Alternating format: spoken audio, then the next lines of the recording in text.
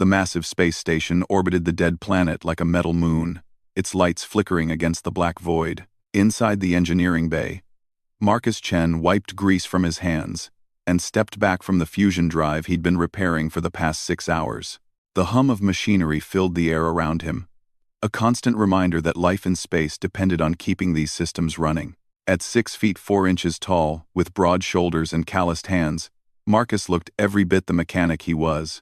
His dark hair was always messy from crawling through engine compartments, and his work clothes were permanently stained with various fluids that kept starships flying. He'd been working on Station Gamma 7 for 3 years now, fixing everything from coffee makers to faster-than-light drives. Another day, another broken hyperdrive, he muttered to himself, checking the power readings on his diagnostic tool. The green lights told him the repair was successful, but Marcus always double-checked his work. In space, a small mistake could kill everyone on board.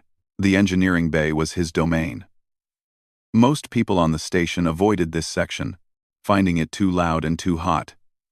Marcus preferred it that way. He could work in peace without dealing with the politics and drama that seemed to follow wherever humans gathered in large groups. The machines were honest. They either worked or they didn't. There was no lying, no hidden agendas, just problems that needed solutions. A soft chime from the intercom interrupted his thoughts. Marcus Chen to the docking bay. Priority repair needed on incoming vessel. He sighed and gathered his tools. Priority repairs usually meant someone important was having problems, which meant paperwork and questions about timeline estimates. Marcus hated estimates. Machines broke in their own time and got fixed when they got fixed. The walk to the docking bay took him through the main corridor of the station. Humans, aliens, and various hybrids moved past him, all busy with their own concerns. Station Gamma 7 was a neutral trading post, welcoming anyone with credits to spend. Marcus had seen dozens of different species over the years, but he rarely paid them much attention. His focus was always on the next machine that needed fixing. The docking bay was a controlled chaos of activity. Ships of various sizes and designs filled the available berths, their crews loading and unloading cargo. The air recyclers worked overtime to handle the exhaust fumes and maintain breathable atmosphere. Marcus found the dock supervisor, a gruff human named Peterson, arguing with someone near berth 7. "Chen. Thank God you're here," Peterson called out when he spotted Marcus. "We've got a situation with that ship over there. The owner is demanding immediate repairs, but my guys can't even identify the problem." Marcus looked toward berth 7 and saw a sleek ship unlike anything he'd encountered before. The hull was a deep midnight blue with silver accents that seemed to flow like liquid metal. The design was clearly alien, but not from any species he recognized. It was beautiful in a predatory way, like a knife designed by an artist. "What's the problem?" Marcus asked, already pulling out his scanner to run preliminary diagnostics. "Power fluctuations throughout the entire ship. The owner says it started during their last jump. Nothing my team's tried has worked, and she's getting pretty angry about the delays." Marcus nodded and headed toward the ship. He'd dealt with angry customers before. Usually, they calmed down once they saw him actually fixing their problems, instead of making excuses. As he approached the vessel, he noticed how quiet it was. Most ships hummed with background systems, but this one was almost silent. The airlock hissed open as he reached it, and Marcus stepped inside. The interior was as impressive as the exterior, with curved walls and soft lighting that seemed to come from everywhere and nowhere at once. The corridor walls were covered in a material that felt warm to the touch, almost organic. "You must be the mechanic." The voice made Marcus freeze. It was feminine, with a slight accent he couldn't place, and carried an odd harmonic quality that seemed to resonate in his chest. He turned toward the sound and felt his breath catch. She was definitely not human, though she was clearly designed to appeal to human senses. Her skin was a pale blue-gray, covered in intricate patterns that looked like delicate tattoos, but seemed to shift slightly in the light. Her hair was silver white and fell in waves past her shoulders, but it was her eyes that caught his attention. Large, golden, with pupils that contracted to vertical slits in the bright light. Feline. Definitely feline characteristics, but refined and elegant rather than bestial. She wore a form-fitting outfit that left little to imagination, while somehow managing to look sophisticated rather than crude. Everything about her seemed calculated to attract and intrigue. "I'm Marcus," he said, forcing himself to focus on professional concerns. "I understand, you're having power issues." "Among other things," she replied, moving closer with a grace that reminded him of liquid mercury. "I am Zaraketh. But you may call me Zara.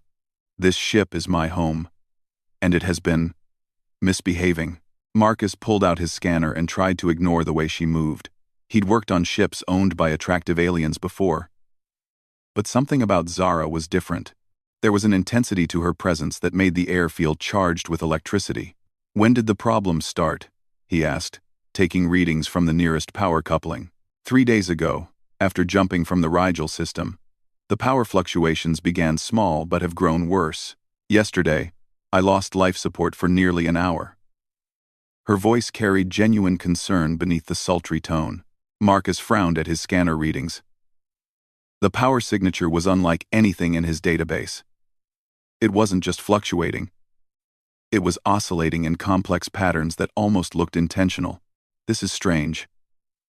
Your power core is putting out enough energy, but something is interfering with the distribution. Can you fix it?" Zara asked, moving to stand beside him. Marcus caught a scent, like exotic flowers, mixed with something wilder, more primal. It was distracting. "I'll need to run a full diagnostic. Could take several hours." He looked at her directly for the first time since entering the ship. Her golden eyes seemed to glow in the soft light. "You're welcome to wait on the station if you prefer. I think I'll stay and observe. I find human engineering methods fascinating." Something in the way she said fascinating sent a shiver down Marcus's spine. He'd been propositioned before by customers, but this felt different. More deliberate. More dangerous. For the next 2 hours, Marcus worked his way through the ship's systems while Zara watched. She asked intelligent questions about his procedures and seemed genuinely interested in understanding how he approached problems. Her presence was distracting, but Marcus prided himself on his professionalism. The ship's design was remarkable. Every system was integrated in ways that seemed almost alive. The power conduits pulsed like arteries, and the computer interfaces responded to touch with organic smoothness. Marcus had never seen technology this advanced, and he found himself genuinely impressed, despite his usual focus on purely mechanical concerns. "Your species builds interesting machines," Zara observed as Marcus tested a particularly complex junction box. "But you seem to treat them like servants rather than partners." "Machines are tools," Marcus replied without looking up from his work. "Complex tools, but still just tools. They do what they're programmed to do." "Do they?" Zara moved closer. Close enough that Marcus could feel warmth radiating from her body. "Or do you simply not know how to listen to what they're trying to tell you?" Marcus paused in his work and looked at her. "Machines don't talk. They give readings and diagnostic codes. But they don't communicate." Zara smiled, revealing teeth that were slightly too sharp to be entirely comforting. "Perhaps that's why you haven't found my ship's problem yet." The comment stung because it was true. Marcus had been working for hours without making real progress. The power fluctuations continued, and his diagnostics weren't revealing any clear cause. Every test suggested the system should be working perfectly. "What do you mean?" he asked. Instead of answering directly, Zara placed her hand on the nearest wall panel. The material seemed to respond to her touch, warming and brightening slightly. "She's frightened," Zara said softly. "The jump through hyperspace was traumatic. Something followed us partway through." Marcus stared at her. "You're talking about the ship like it's alive, isn't she?" Zara's golden eyes met his. "You've spent hours examining her systems. Have you noticed how they integrate? How they respond? How they seem to anticipate needs?" Oh, Marcus had noticed those things. The ship's systems were more responsive and intuitive than anything he'd worked on before. But that was just advanced programming and adaptive algorithms, wasn't it? "Show me," he said. Zara guided him to what appeared to be the central control room. The walls here were covered in displays and interfaces, but they were dark and inactive. She shut down most of her personality matrix after the incident. Too much fear to process properly. Personality matrix? Your people build machines to serve. My people grow companions. This ship isn't just my transportation. She's my partner. We've been together for over a decade. Marcus looked around the room with new understanding. If Zara was telling the truth, he wasn't just fixing a broken ship. He was trying to heal a traumatized being. The concept challenged everything he thought he knew about technology. How do I help her? He asked. Zara's smile was brilliant. Now you're asking the right questions. But first, she needs to trust you. And for that to happen, I need to trust you. The way she said it suggested trust meant something very specific. Marcus felt heat rise in his cheeks as implications became clear. He was a professional. He didn't get involved with customers. But Zara wasn't exactly a normal customer, and this wasn't exactly a normal repair job. What kind of trust? He asked carefully. The kind that proves you care about more than just completing a job and collecting payment, Zara replied, moving close enough that Marcus could see the intricate patterns on her skin shifting like living artwork. The kind that shows you understand the difference between fixing a machine and healing a friend.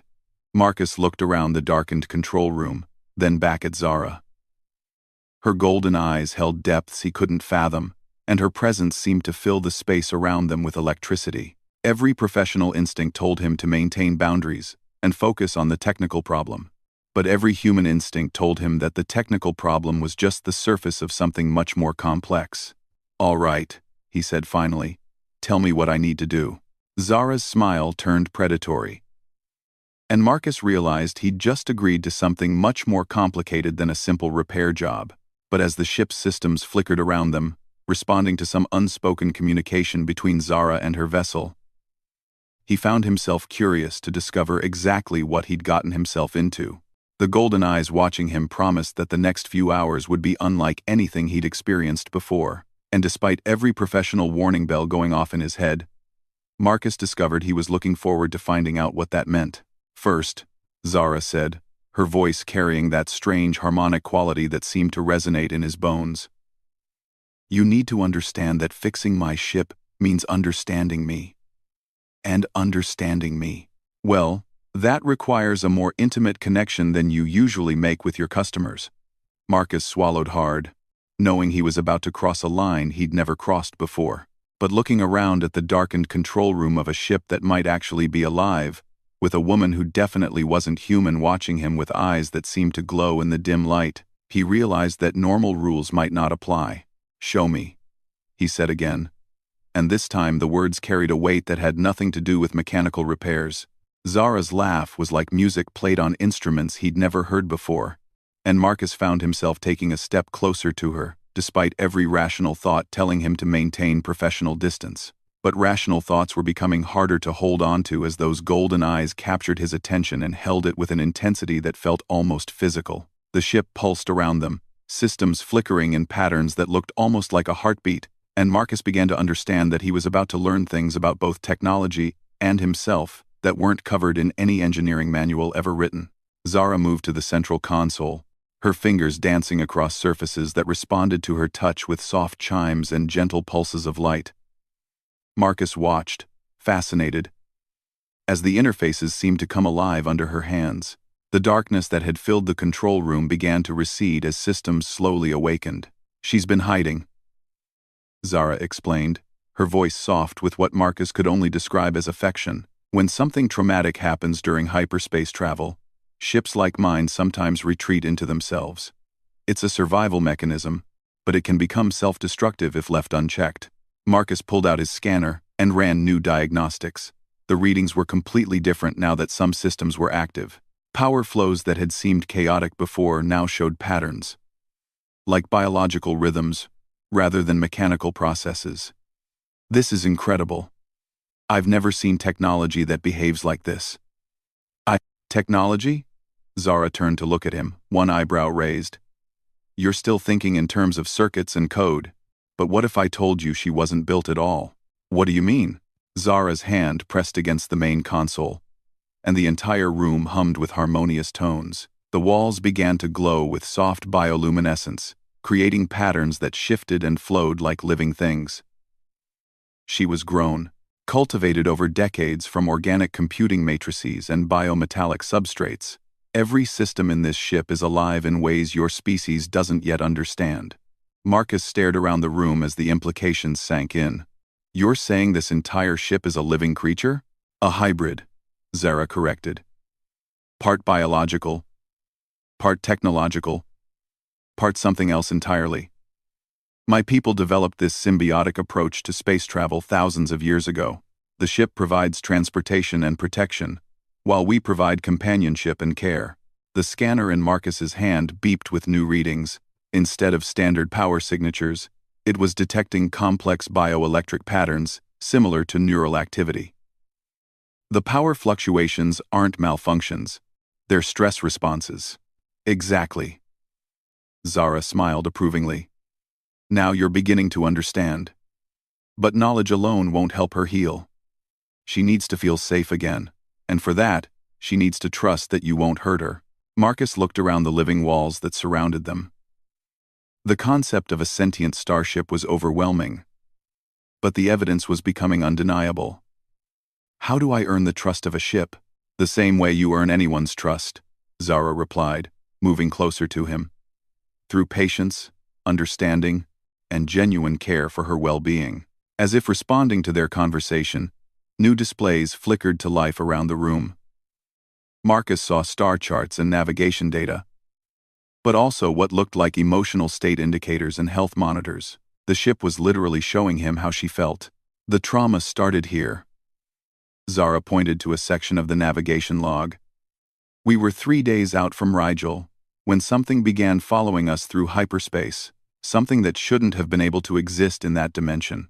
Marcus studied the data, trying to understand what could have frightened an advanced living starship. What kind of something? Zara's expression darkened. Hunters. Creatures that feed on the energy signatures of ships like mine. They're drawn to the bioelectric patterns that make her unique. Are they still following you? I don't think so. But she doesn't know that for certain. Every time she tries to access her full sensor arrays to check, the fear overwhelms her, and she shuts down again. Marcus was beginning to understand the complexity of the situation. This wasn't just a repair job. It was a therapy session for a traumatized living being who happened to also be a starship. What can I do? Help me show her that not all new presences are threats, Zara said, reaching out to take his hand. But that requires you to open yourself to the connection she needs to feel. Marcus felt the warmth of Zara's touch, and noticed how the patterns on her skin seemed to pulse in rhythm with the ship's displays. What kind of connection? The ship and I share a neural link. It allows us to communicate directly and share experiences. For her to truly trust you, you need to let her sense your intentions through me. The implications of what Zara was suggesting sent a thrill of excitement and nervousness through Marcus. You want me to link minds with you? Temporarily. Just enough for her to understand who you are and what you want to do for her. Marcus looked around the room again. The bioluminescent patterns in the walls had grown brighter and more complex, creating an almost hypnotic display of flowing light. He could feel something watching him, evaluating him, waiting to see what he would choose. Is it safe? He asked. Zara's golden eyes met his with an intensity that made his breath catch. That depends on how much you trust me. The connection goes both ways, Marcus. You'll feel what I feel, see what I see, and I'll experience your thoughts and emotions just as clearly. The idea should have terrified him. Marcus had always been a private person, uncomfortable sharing his deepest thoughts even with close friends. But something about Zara and her ship created a sense of safety he'd never experienced before. What do I need to do? Zara guided him to the central console, where a depression in the surface seemed designed for two people to place their hands together. Put your hand here. Over mine. The ship will initiate the connection when she's ready. Marcus placed his hand over Zara's, feeling the warmth of her skin and the subtle texture of the shifting patterns. The console began to warm under their joined hands, and he felt a tingling sensation that started in his fingertips and spread up his arms. Relax, Zara whispered. "Let her in."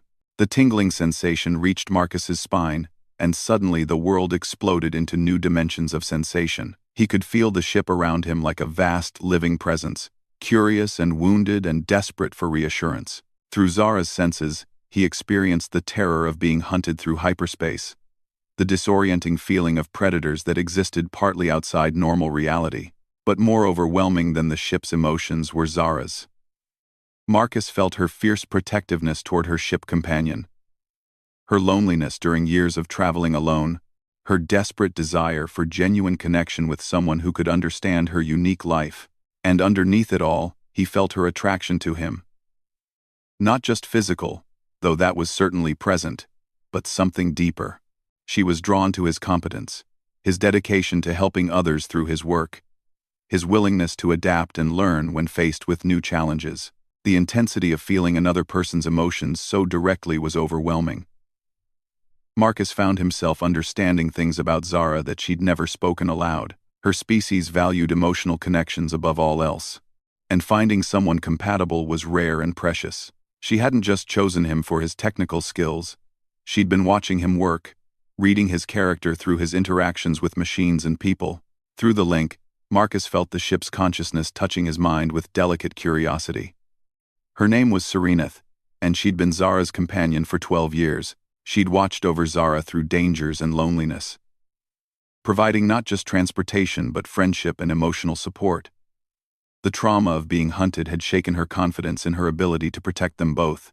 Marcus projected thoughts of reassurance and commitment. He showed Serenith his dedication to solving problems completely, his refusal to abandon difficult tasks, his genuine care for the well-being of anyone who trusted him with their safety. The ship's response was immediate and profound.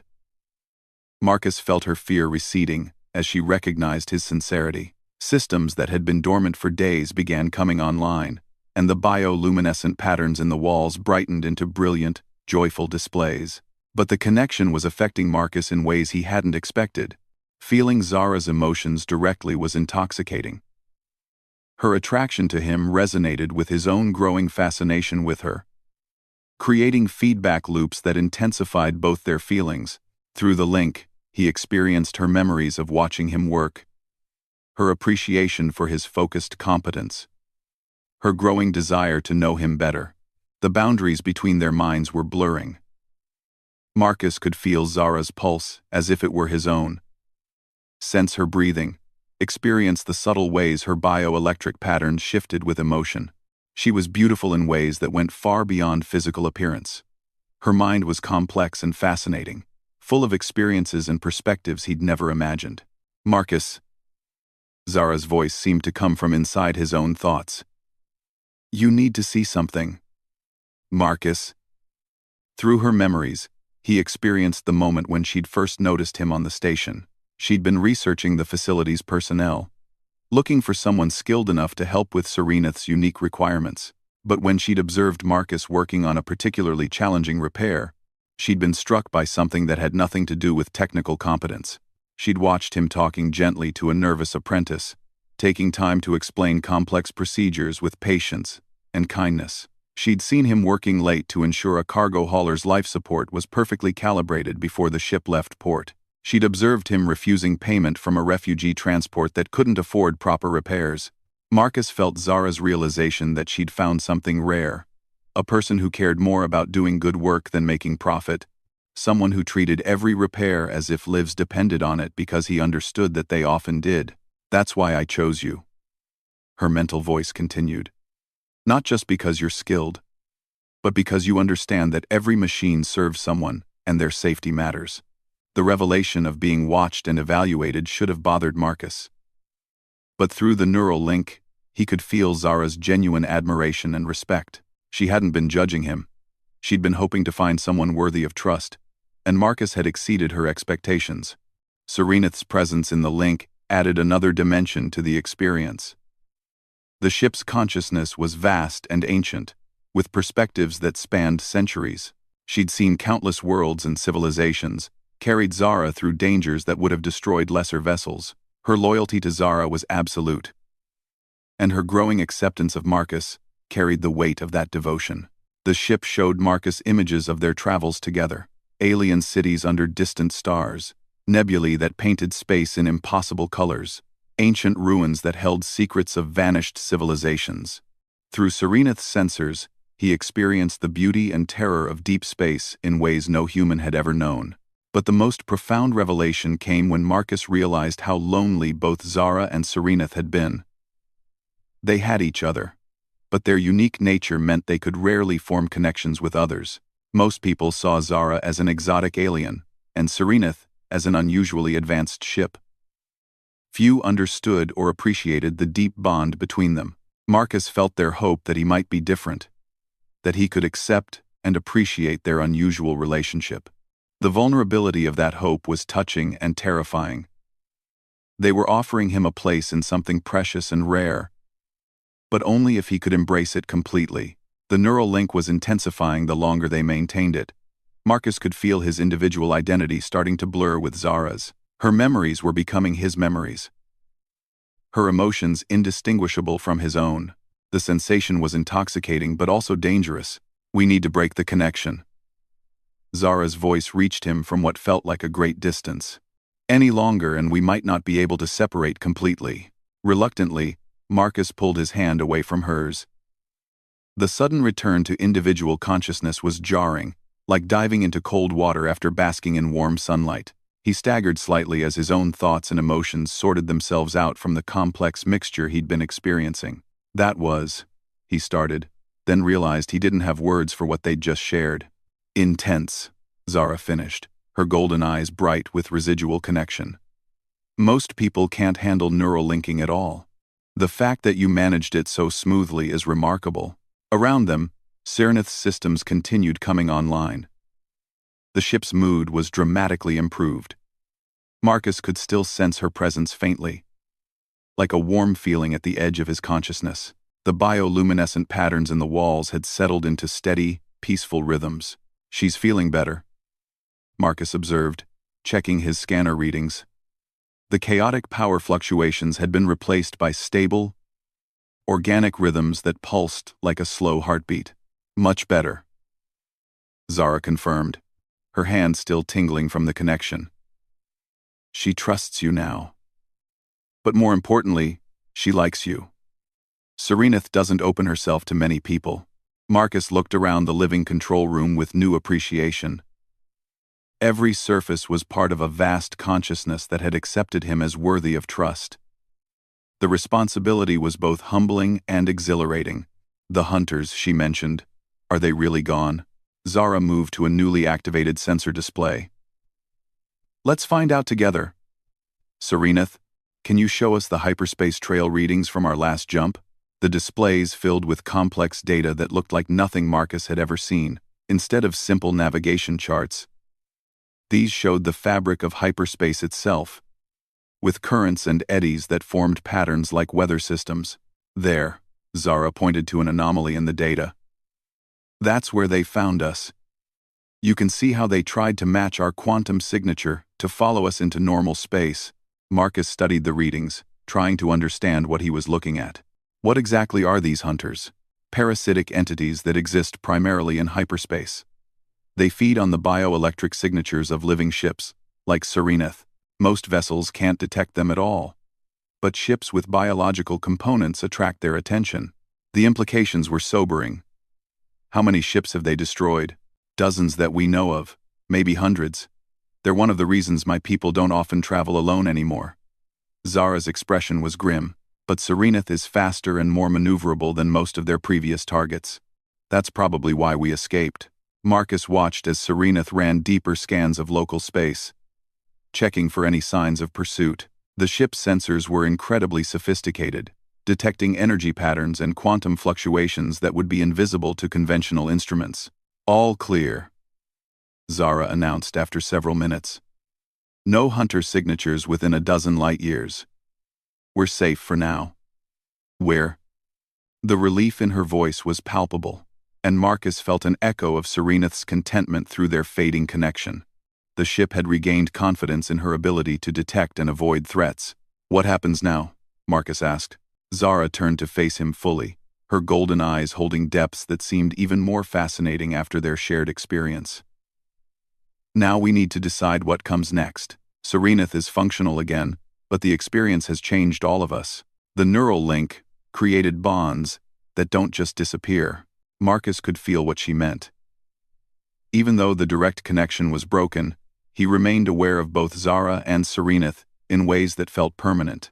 It was as if they'd become part of his extended senses. "I can feel you both," he admitted. "Is that normal for neural linking with my species?" "No. Usually the connection fades within hours." Zara moved closer, her expression curious and pleased. "The fact that it's persisting suggests we're particularly compatible. That's unusual." The way she said unusual made it clear that this was significant. Marcus found himself wondering exactly what kind of relationship he'd just committed himself to. "Does this mean I'm linked to you permanently?" "Not exactly permanent," Zara replied, her smile carrying hints of mischief. "But breaking the connection completely would require deliberate effort from both of us. And honestly, I'm not sure I want to." Marcus looked around the living ship that had accepted him as part of its extended family. The responsibility was enormous, but so was the opportunity. How many humans ever got the chance to be part of something this remarkable? "Neither am I," he said finally. Zara's smile became radiant. And through their fading but still present connection, Marcus felt her joy and relief. Serenith's presence in his mind pulsed with approval. He'd come here to fix a broken ship.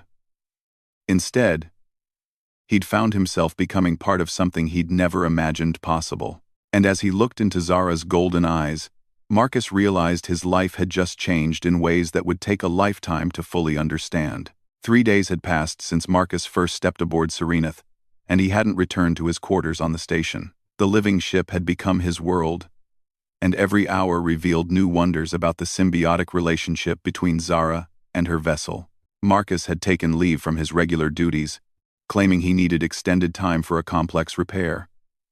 It wasn't entirely a lie. Helping Serenith recover from her trauma was the most complex job he'd ever undertaken. But the real reason he stayed was the growing bond he felt with both Zara and the ship herself. The neural connection had evolved beyond anything either of them had experienced before. Marcus could sense Serenith's moods throughout the ship, feeling her contentment when systems ran smoothly, and her curiosity when he explored new sections of her vast interior. With Zara, the connection was even more intense. He could feel her presence like a warm light at the edge of his consciousness, and he suspected she was equally aware of him. This morning, Marcus was in what Zara called the heart chamber, a spherical room at the ship's center where Serenith's primary consciousness resided. The walls pulsed with slow, rhythmic light that matched a massive heartbeat. Bioelectric conduits branched out from this chamber like arteries, carrying both power and information throughout the ship.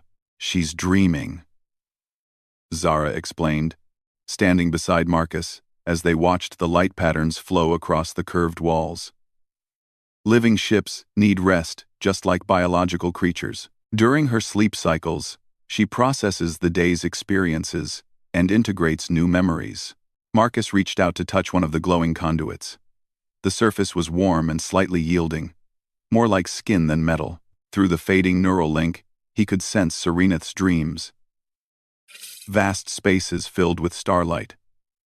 The joy of perfect navigation through hyperspace. The comfort of carrying her companions safely through the void. What does she dream about? Many things. Sometimes she dreams of places we've been together, or worlds she'd like to visit. Other times, she dreams of the time before we bonded, when she was young and learning to understand her place in the universe. Marcus found himself wondering what it would be like to be a living starship. To have the cosmos as your natural environment. To feel the gravitational currents between stars like ocean tides. How long do ships like her live? Centuries, if they're well cared for. Serenith is still young by our standards, barely into her adolescence. She has many years of growth and learning ahead of her. The thought of being part of something that would endure for centuries was both thrilling and humbling. Marcus had always thought in terms of human lifespans, but the perspectives of both Zara and Serenith operated on much longer timescales. A soft chime echoed through the heart chamber, and Serenith's dreaming patterns shifted to more alert rhythms. "She's sensing something," Zara said, moving to a bioluminescent control interface that grew from the chamber wall. "What kind of something?" "Unknown vessel approaching the station. She's picking up unusual energy signatures." Zara's expression grew concerned as she interpreted the ship's sensory data. "Marcus, I think we need to warn the station authorities." They moved quickly to the main control room, where Serenith's external sensors were providing detailed scans of the approaching vessel. Marcus looked at the readings and felt his blood run cold. The ship was huge, easily 10 times larger than any civilian vessel, and its energy signatures were unlike anything in the standard databases. "That's not a merchant ship," he said grimly. "No," Zara agreed, her golden eyes reflecting worry. "It's a hunter vessel, but not the kind that followed us through hyperspace. This is something else. Something worse." Marcus activated his communication link to the station. "Control, this is Marcus Chen. You need to implement security protocols immediately. There's a hostile vessel approaching your position." Peterson's voice crackled back through the comm. "Chen? What are you talking about?" "We've got a scheduled diplomatic vessel arriving in 20 minutes. Some kind of trade delegation." "That's no diplomat," Marcus replied urgently. "Run a deep scan on their energy signatures. Check for weapon systems and bioelectric dampening fields." There was a pause. Then Peterson's voice returned with new tension. "Jesus. Chen. You're right. How did you know?" Through Serenith's sensors, Marcus could see the massive vessel dropping out of faster-than-light travel near the station's outer perimeter. Its hull was dark and angular, designed to absorb sensor sweeps rather than reflect them. Weapon ports were opening along its sides like hungry mouths. "They're not here for normal trade," Zara said, her voice tight with fear. "They're slavers. Specifically, they capture exotic beings and living ships for wealthy collectors." Marcus felt Serenith's terror ripple through their connection. The ship had recognized the vessel type from her species' collective memory. These hunters had been preying on her kind for generations, capturing them to sell as curiosities to beings who collected rare and unusual life forms. "We need to get you out of here," Marcus said, but Zara was already shaking her head. "We can't run. If we leave now, they'll follow us, and we'll lead them away from the station's defenses. Worse, they'll know there's a living ship here, and they'll come back with a larger fleet." The truth of her words was sobering. Station Gamma 7 had defensive weapons, but they were designed to handle pirates and small raiders, not military-grade slaver ships.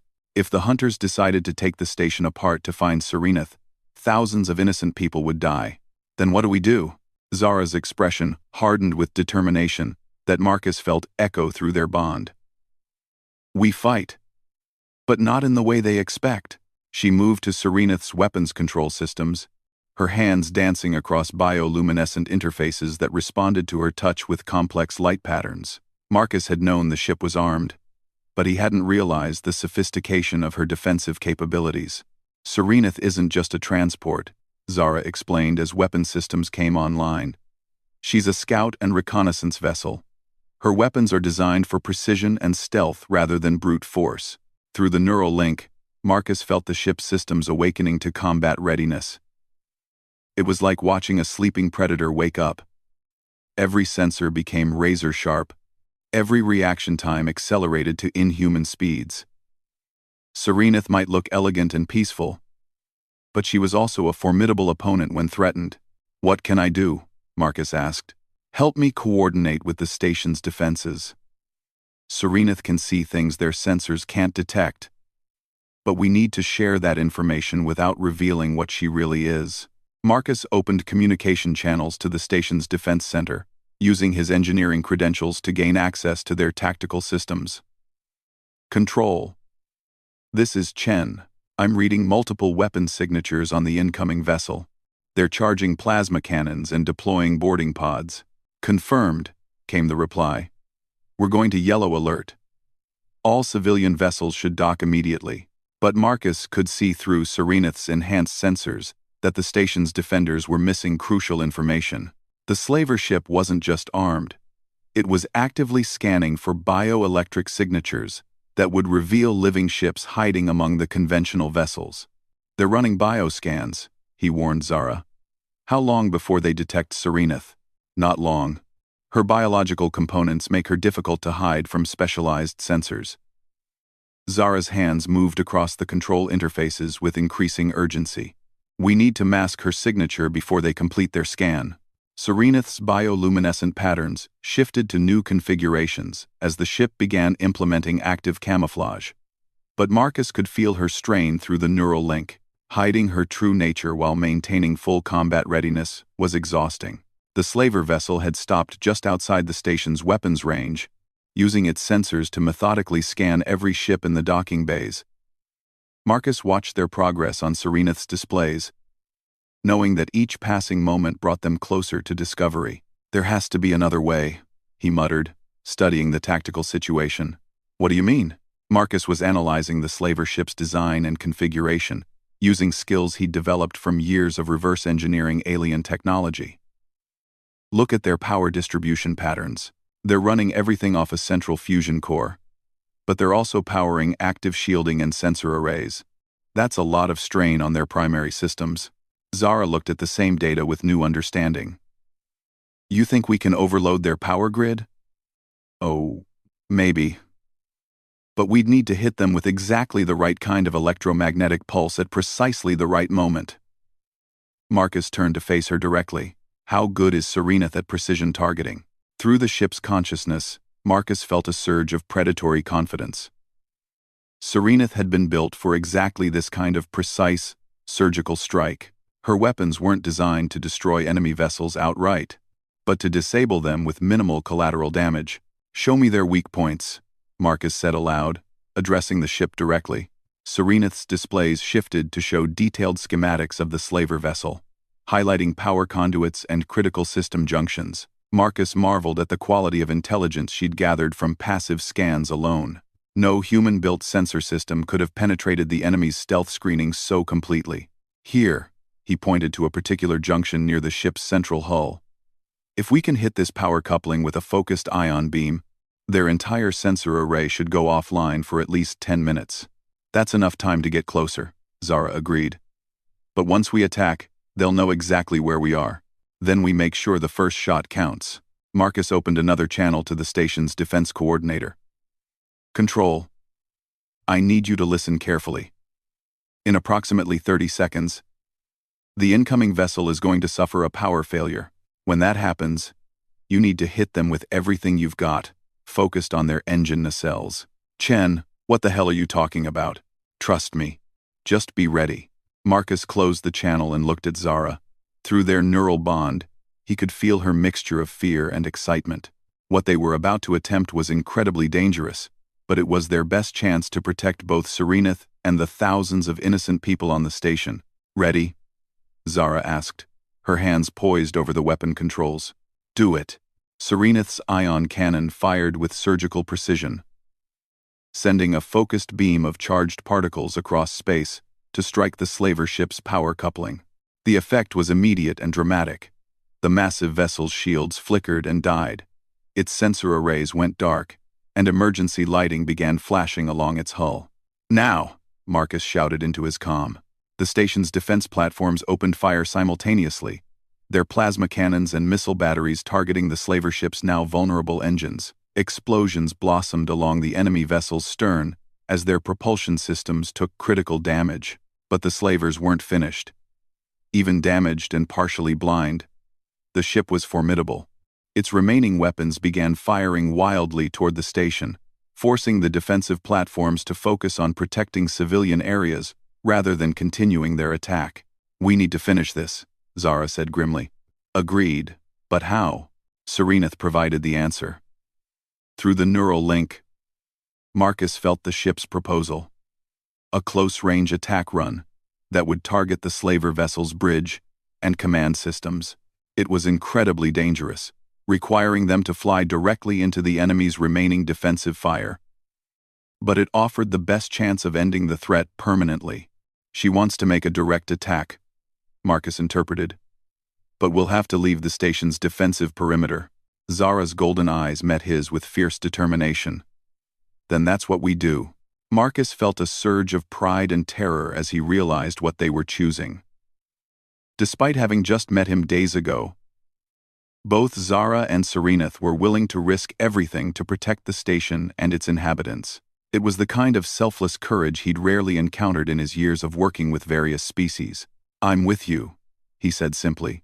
Zara's smile was brilliant with fierce joy. "I hoped you'd say that." Serenith detached from the station's docking clamps with fluid grace, her biomechanical systems responding to the need for speed and maneuverability. Through the ship's senses, Marcus experienced the exhilaration of free flight in three-dimensional space, no longer bound by gravity or fixed reference points.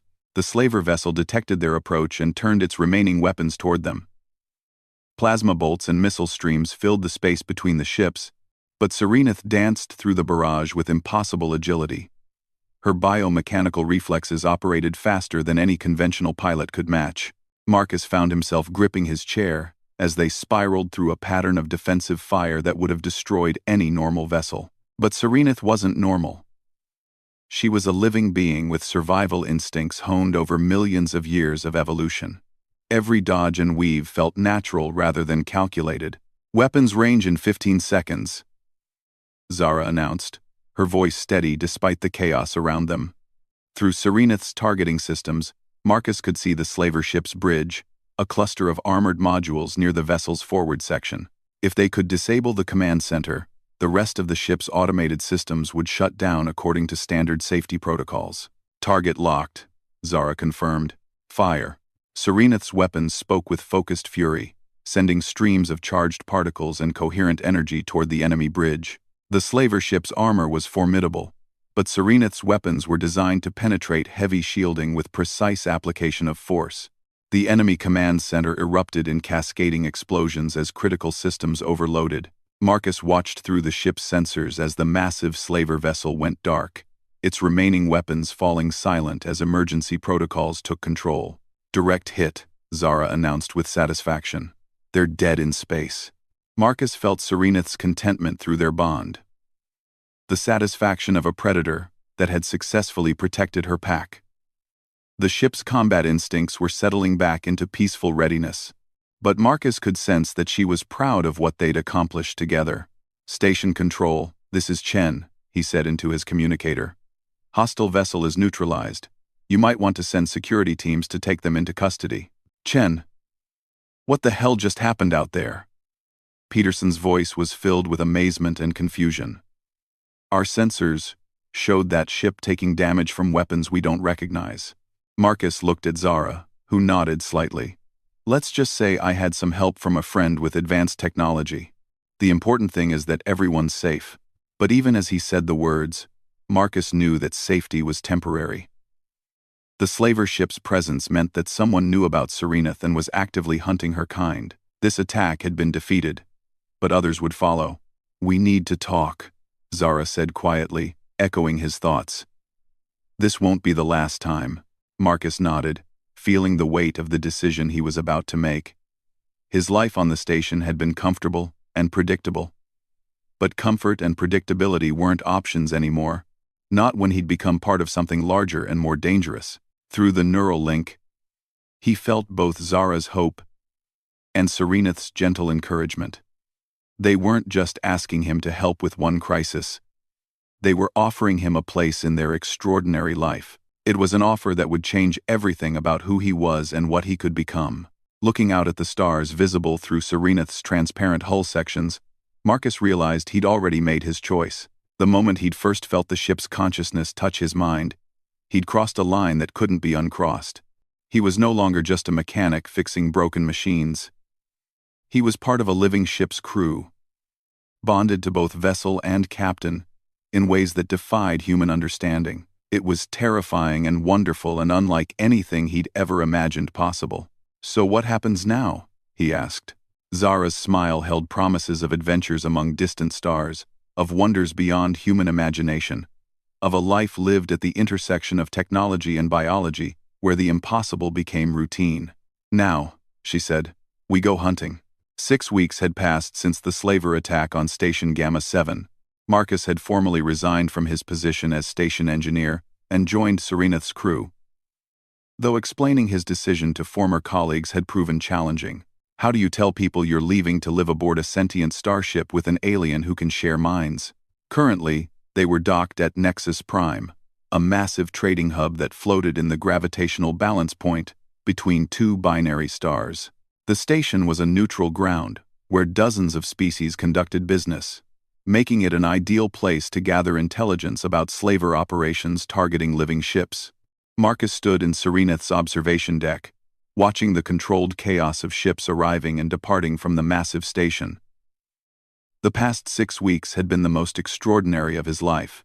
Every day brought new experiences as he learned to live as part of a symbiotic relationship that had no equivalent in human culture. The neural link with both Zara and Serenith had stabilized into something permanent but controllable. Marcus could feel their presence constantly, like background music that he could focus on or ignore as needed. When they were all in agreement, the sensation was wonderfully harmonious. During disagreements, it could be overwhelmingly intense. Finding anything interesting? Zara's voice came from behind him as she entered the observation deck. Even after 6 weeks of constant proximity, Marcus still felt his pulse quicken when she appeared. The neural link meant they were emotionally and mentally intimate in ways he'd never experienced, but the physical attraction remained as strong as ever. 3 more reports of living ships disappearing in this sector, Marcus replied, gesturing to the data pad in his hands. All within the last month. The slavers are definitely increasing their operations. Zara moved to stand beside him, close enough that he could feel her warmth. The patterns on her skin were shifting through deeper blues and purples. Colors he'd learned indicated concern and determination. Serenith has been picking up distress signals on frequencies only living ships can hear, she said. Some of her cousins are calling for help, but they're too far away for us to reach in time. Marcus felt a pulse of frustrated anger from the ship's consciousness. Serenith had taken their mission personally, driven by the knowledge that others of her kind were being captured and enslaved. The empathic connection between living ships meant she could feel their fear and pain across vast distances. We need more resources, Marcus said. One ship can't patrol an entire sector, even with Serenith's capabilities. I've been thinking about that. Zara turned to face him directly. There's someone on Nexus Prime I'd like you to meet. Another of my people, with connections to ship captains who might be willing to help. Marcus raised an eyebrow. In 6 weeks of traveling together, Zara had rarely mentioned other members of her species. He'd gotten the impression that her people were scattered and independent, rarely working in groups. What kind of connections? Captain Kethara commands a small fleet of ships that conduct, let's call them, freedom operations. They specialize in rescuing captured beings and disrupting slaver networks. Privateers? Something like that. The important thing is they have experience fighting the kind of enemies we're facing. Quote, through the neural link, Marcus felt Zara's mixture of hope and apprehension. Whoever this Captain Kethara was, their relationship with Zara was complicated.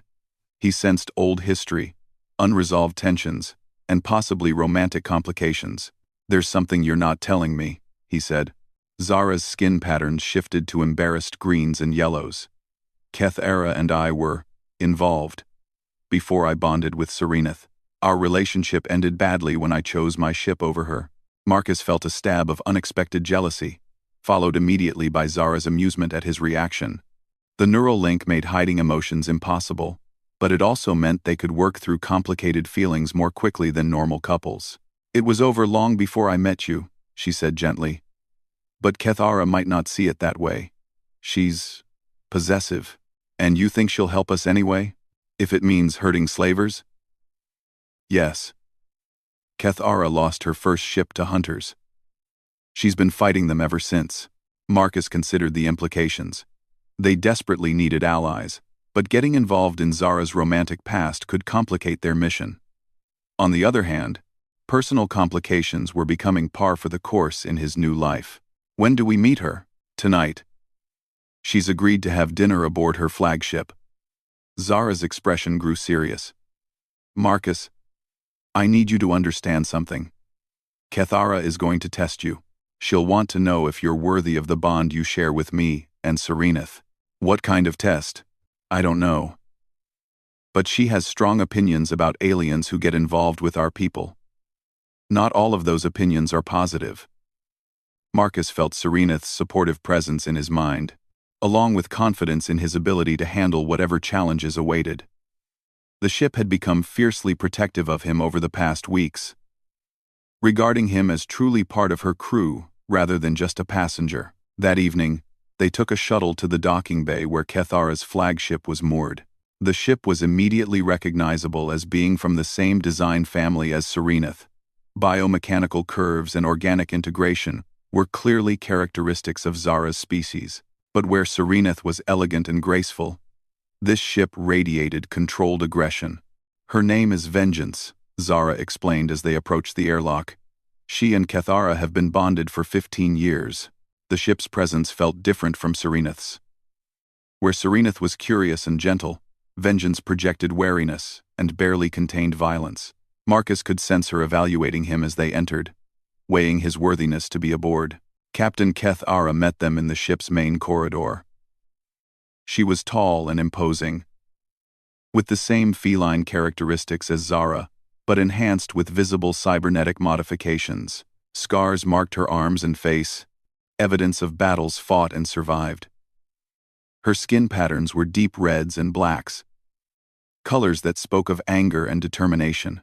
"Zara," she said, her voice carrying complex harmonics that suggested both affection and old pain. "You look well." "Hello, Kethara. Thank you for agreeing to meet with us." Kethara's golden eyes turned to Marcus with predatory intensity. "And you must be the human who thinks he can bond with a living ship." Marcus felt the challenge in her words and tone. This wasn't going to be a friendly dinner. "I don't think anything. I am bonded with Serenith and Zara. The bond chose us, not the other way around." "Did it?" Kethara circled around him slowly, her cybernetic enhancements humming softly. "Or did you simply take advantage of a traumatized ship's vulnerability to insert yourself into a relationship you don't understand?" Marcus felt anger rising but forced himself to stay calm. Through the neural link, he could feel both Zara's embarrassment at her former lover's rudeness and Serenith's indignation on his behalf. "If you have specific concerns about my presence, I'd rather you state them directly," he said. Kethara smiled, revealing teeth that had been replaced with sharp metal equivalents. "I like directness." "Very well, you're human. Your species has a history of taking what they want without considering the consequences. Living ships are not pets or property to be owned. They're partners in relationships that last centuries. I understand that. Do you? When Zara and Serenith outlive you by hundreds of years, will you still think this bond was worth forming? When your human limitations start affecting their capabilities, will you step aside gracefully or cling to what you can't keep?" The questions cut deep because Marcus had wondered about the same things. Human lifespans were brief compared to the species he'd bonded with. Eventually, age would make him a burden rather than an asset. But through the neural link, he felt Serenith's firm rejection of those concerns. The ship's consciousness touched his mind with images and emotions that conveyed her perspective. Time meant different things to living ships, and the quality of connection mattered more than its duration. "I can't predict the future," Marcus said honestly. "But I can promise that I'll never put my desires ahead of their well-being. If the time comes when I need to step back, I will." Kethara studied him for a long moment. "Vengeance. What do you think of him?"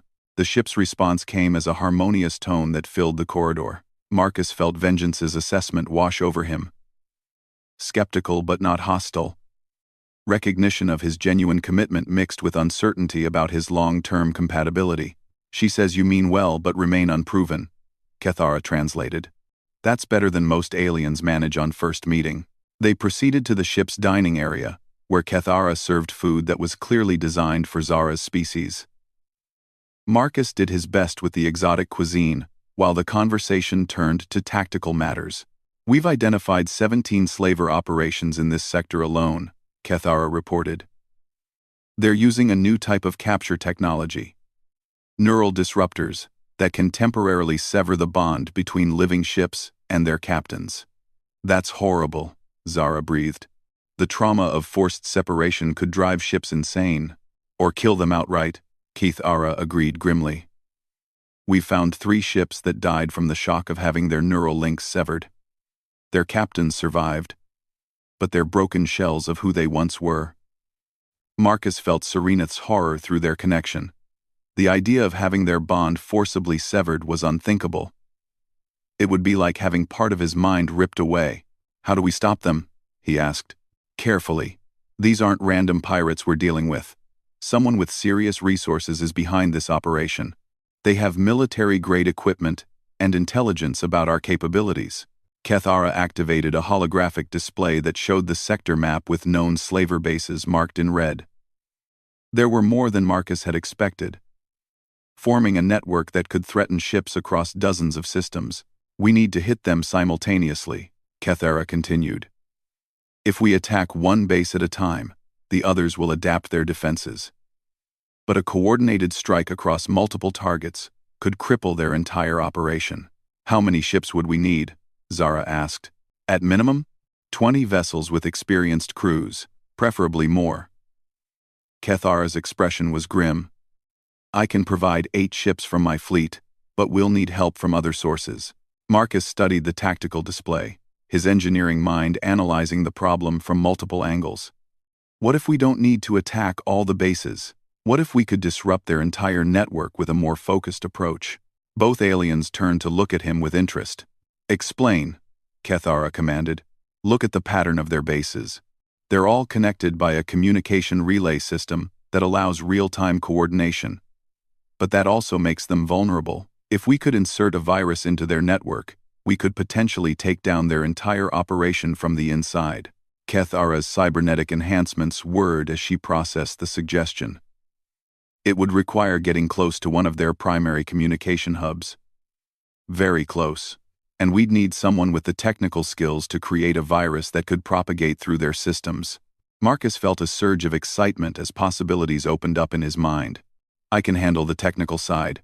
6 weeks ago, I would have needed conventional computer systems. But now. He gestured toward his head, indicating the neural link. I can interface directly with their systems using abilities I've developed from bonding with Serenith. You're talking about a suicide mission, Zara protested. Getting close enough to their main hub means going into the heart of their territory. Not if we're smart about it. Marcus turned to Keith-Ara. What do you know about their recruitment methods? Do they ever bring in outside contractors? Keith-Ara's smile was predatory. They do, actually. They're always looking for technical specialists who don't ask too many questions. But infiltrating their organization would require selling yourself as exactly the kind of person you despise. Someone willing to profit from slavery. Then that's what I'll do. Both women stared at him in shock. Through the neural link, Marcus felt Zara's fear and Serenith's protective alarm. Absolutely not, Zara said firmly. I won't let you risk yourself like that. It's the best chance we have, Marcus argued. I have skills they need, and being human makes me less suspicious than either of your species. They won't expect a mechanic to be capable of the kind of neural interface necessary to plant the virus. Keith-Ara leaned back in her chair, studying Marcus with new respect. It could work, but you'd be completely on your own until you could establish contact with their systems. No backup, no support, no way for us to help if things go wrong. I understand the risks. Do you? Keith-Ara's voice carried edge of challenge. Because once you're inside their organization, you'll have to participate in their operations. You'll have to watch them capture and abuse living ships without being able to intervene. Can you handle that? Marcus felt the weight of what she was describing. He'd have to maintain his cover while witnessing atrocities, keeping his true mission secret even when every instinct screamed at him to fight back. Through the neural link, he felt Serenith's complex mixture of fear for his safety and pride in his courage. The ship understood better than anyone what sacrifices might be necessary to protect her kind. I can handle it, he said quietly. Keith-Ara nodded slowly. Then we have a plan. But first, you'll need training. A lot of training. The kind of person who survives in slaver organizations isn't someone you can just pretend to be. Over the following hours, they worked out the details of the infiltration plan. Marcus would need to establish a false identity as a rogue engineer willing to work for the highest bidder. Kethara's network could provide the necessary documentation and references, but the performance would be entirely up to him. "There's one more thing," Kethara said as the evening drew to a close. "If this mission succeeds, it will make you famous among the living ship communities. You'll be marked as a hero by some, and a target by others. Your quiet life as a station mechanic will be over permanently." Marcus looked at Zara, seeing his own resolution reflected in her golden eyes. Through their bond, he felt her love and support, along with acceptance of whatever path they chose together. "It was already over the moment I met them," he said simply. Kethara's smile held approval for the first time that evening. "Vengeance was right. You are unproven. But maybe that's about to change."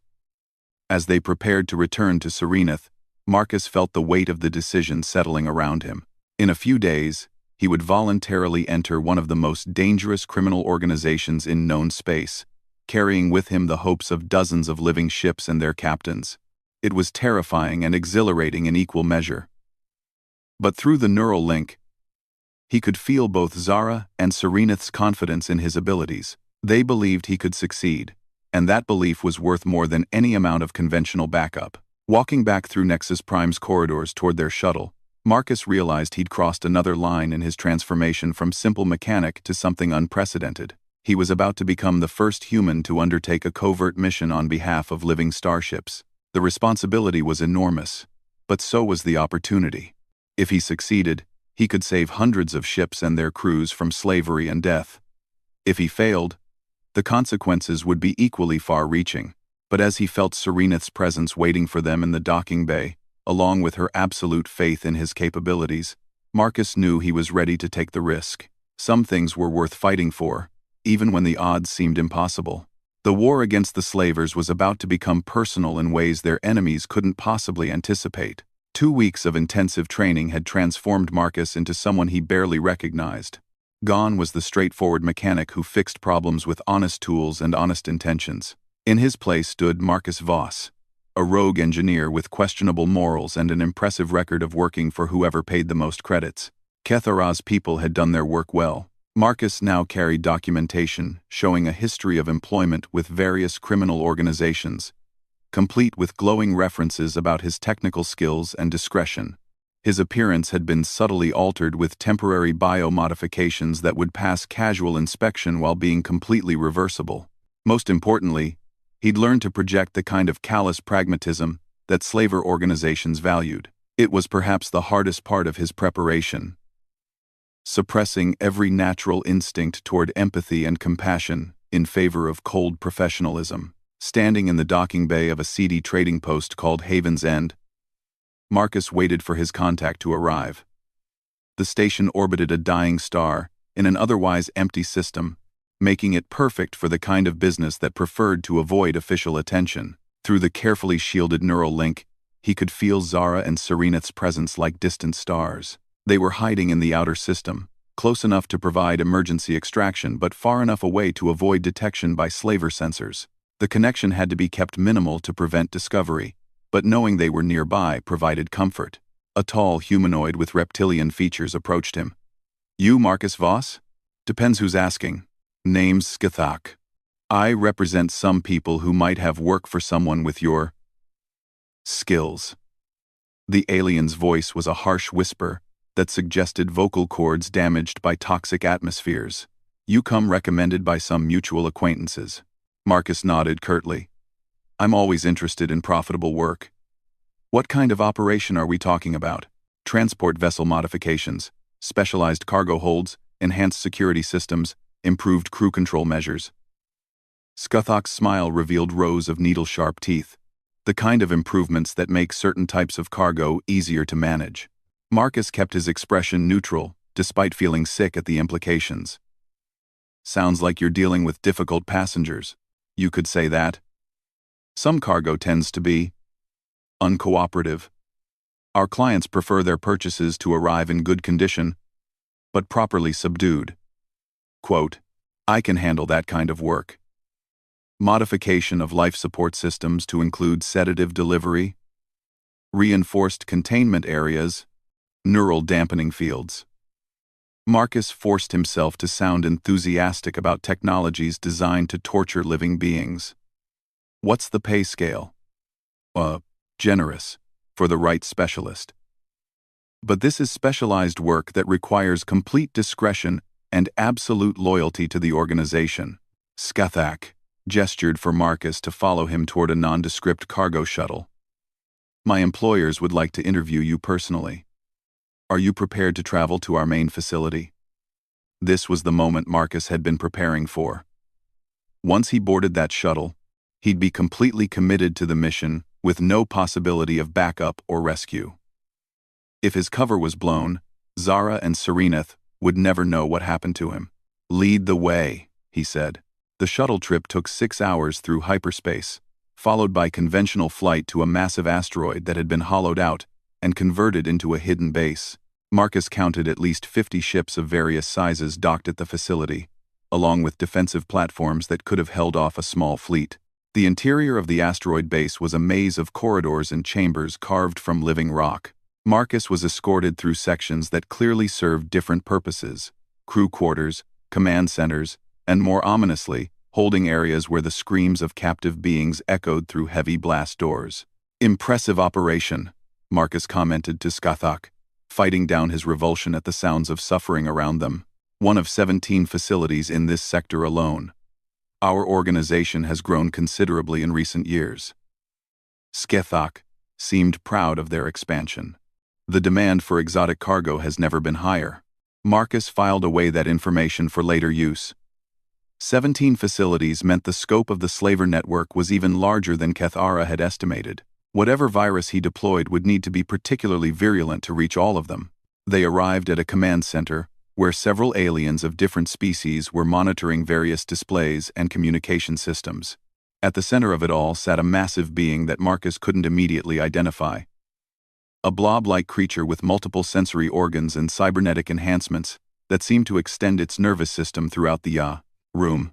This is Voss, Scathach announced. The engineer I mentioned.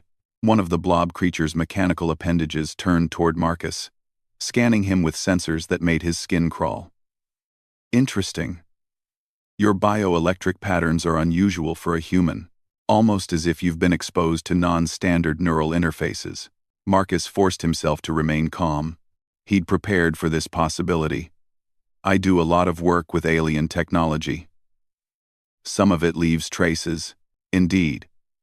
The creature's voice emerged from speakers placed around the room, creating an unsettling, omnipresent effect. I am Overseer Gorth. I understand you have experience with bioship modifications. Among other things, I've worked on everything from atmospheric processors to neural interface systems. Excellent. We have several projects that require immediate attention. But first, you must understand the nature of our operation and the absolute discretion it requires.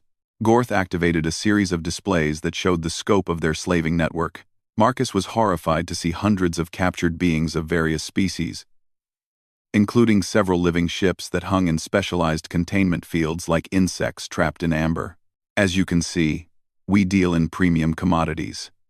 Sentient beings with unique capabilities, exotic species for private collectors, and most profitably, living starships for clients who appreciate truly rare acquisitions. Marcus looked at the captured ships and felt rage building in his chest. Through the shielded neural link, he could sense Serenith's horror and Zara's barely contained fury. The living ships were clearly suffering, their bioluminescent patterns dim and erratic. Those are the living ships I've heard about, he said, keeping his voice professionally interested. I understand they require special handling. Indeed, they're remarkably fragile psychologically. The key is severing their neural bonds with their original captains quickly and completely. Once isolated, they become quite docile. One of the displays showed a procedure being performed on a captured ship. Marcus watched in horror as neural dampening fields were used to forcibly break the connection between the vessel and its captain. Both ship and humanoid captain writhed in agony as their bond was severed. The process is traumatic but necessary, Gorth continued. Unbonded ships are much easier to control and command premium prices from collectors. Marcus clenched his hands to keep them from shaking with rage. What he was witnessing was torture on an unimaginable scale. The deliberate destruction of bonds that were more intimate than any human relationship. I can see why you need specialized equipment, he managed to say. What kind of modifications are you looking for? Improved neural dampening systems, more efficient sedative delivery methods, and better containment fields for particularly resistant cargo. Gorth's multiple eyes fixed on Marcus. But first, we have a test assignment for you. A new display activated, showing a sleek ship that Marcus recognized with a shock. It was one of Serenith's cousins, a young living ship that had been captured recently. Her captain was nowhere to be seen. This specimen arrived yesterday. Young, healthy, but extremely uncooperative. We need you to design a modification to her neural pathways that will make her more amenable to commands from her new owner. Marcus stared at the suffering ship, feeling Serenith's anguish through their connection. The captured vessel was barely more than a child by living ship standards, and the trauma of separation from her captain had left her in severe psychological distress. When do you need this completed? Marcus asked. Immediately. The buyer is arriving tomorrow and wants to take possession of a properly conditioned ship. This was it, the moment Marcus had been preparing for. He had less than 24 hours to not only complete the mission but somehow rescue the captured ship as well. I'll need access to your main computer systems to design the neural modifications, Marcus said, and direct interface with the ship's biosystems to test the changes. Of course, Skithok will provide you with the necessary access codes and security clearances. Marcus spent the next several hours exploring the facility's computer networks while ostensibly working on neural modification protocols. The virus he'd prepared was a masterpiece of engineering, a self-replicating code that would spread through their entire communication network, gradually corrupting data and systems until the entire operation collapsed. But he couldn't deploy it immediately. First, he needed to find a way to help the captured ship and gather intelligence about the other facilities. Working late into the night, Marcus accessed the ship's containment area. The young vessel was suspended in energy fields that prevented her from moving or accessing most of her systems. Her bioluminescent patterns were barely flickering, signs of severe depression and trauma. I'm here to help, Marcus whispered, placing his hand on the ship's hull. The response was immediate and heartbreaking. The ship's consciousness reached out desperately, seeking any connection that might relieve her isolation and fear. Through her memories, Marcus experienced the horror of her capture and the agony of having her bond with her captain severed. I'm going to get you out of here, he promised, but I need you to stay strong for just a little longer. Using the neural interface abilities he'd developed through bonding with Serenith, Marcus carefully began modifying the ship's containment systems. Instead of making her more docile, he was preparing her for escape while making it appear that the modifications were working as intended. At the same time, he uploaded his virus into the facility's main computer core. The program would remain dormant for another 12 hours, giving him time to complete his mission before the network began collapsing. The next morning, Overseer Gorth inspected Marcus's work with approval. Excellent results. The ship's resistance levels have dropped significantly. Our buyer will be very pleased. Marcus nodded professionally while his heart raced with anticipation. The modifications he'd made would actually restore the ship's full capabilities when triggered, but Gorth's sensors couldn't detect the difference. There is one more task, Gorth continued. We've received intelligence about a living ship operating in this sector that has been interfering with our operations. We'd like you to help design a trap to capture it. Marcus felt ice in his veins. What kind of ship? A new display showed sensor readings that Marcus recognized immediately. They were tracking Serenith, a particularly elusive vessel with an unknown alien captain. Our sources suggest it may be responsible for the destruction of one of our capture ships several weeks ago. I see. What kind of trap did you have in mind? A fake distress signal using the bioelectric frequencies that living ships monitor. When they arrive to investigate, we'll be waiting with neural dampening fields and capture nets. Marcus forced himself to nod thoughtfully, while his mind raced. They were planning to use his knowledge to trap Zara and Serenith. He had to find a way to warn them without blowing his cover. Interesting approach. I'll need detailed specifications of your capture equipment to design an effective trap. -20. As Gorth provided the information, Marcus memorized every detail. The trap was sophisticated and would be difficult to avoid if Serenith responded to a distress call. But Marcus had an advantage. He could warn them through their neural link without using any detectable communication systems. Over the next few hours, Marcus put the finishing touches on his sabotage, while appearing to prepare trap specifications for his employers. The virus was ready to activate, the captured ship was prepared for escape, and he'd gathered enough intelligence to help Kethara's forces locate and destroy all 17 slaver facilities. But as the buyer's ship arrived to take possession of the young living vessel, Marcus realized he couldn't wait any longer. Every minute of delay meant more suffering for the captives held throughout the facility. "The modifications are complete," he reported to Gorth. "The ship is ready for transfer." As the captured vessel was moved toward the buyer's transport, Marcus triggered both his virus and the ship's escape protocols simultaneously. The young living ship's containment fields collapsed as her systems came back online, while throughout the facility, computer networks began experiencing cascading failures. "What's happening?" Gorth roared as alarms began sounding throughout the base. "System malfunction," Marcus replied calmly, while secretly activating his emergency beacon to signal Zara and Serenith. The neural modifications may have caused some kind of feedback loop. The young ship was already moving, her newly restored systems allowing her to break free of the docking clamps that had held her. But she was still weak from her ordeal and would need help to escape the facility's defenses. That help arrived in the form of Serenith, who materialized from stealth mode with weapons blazing.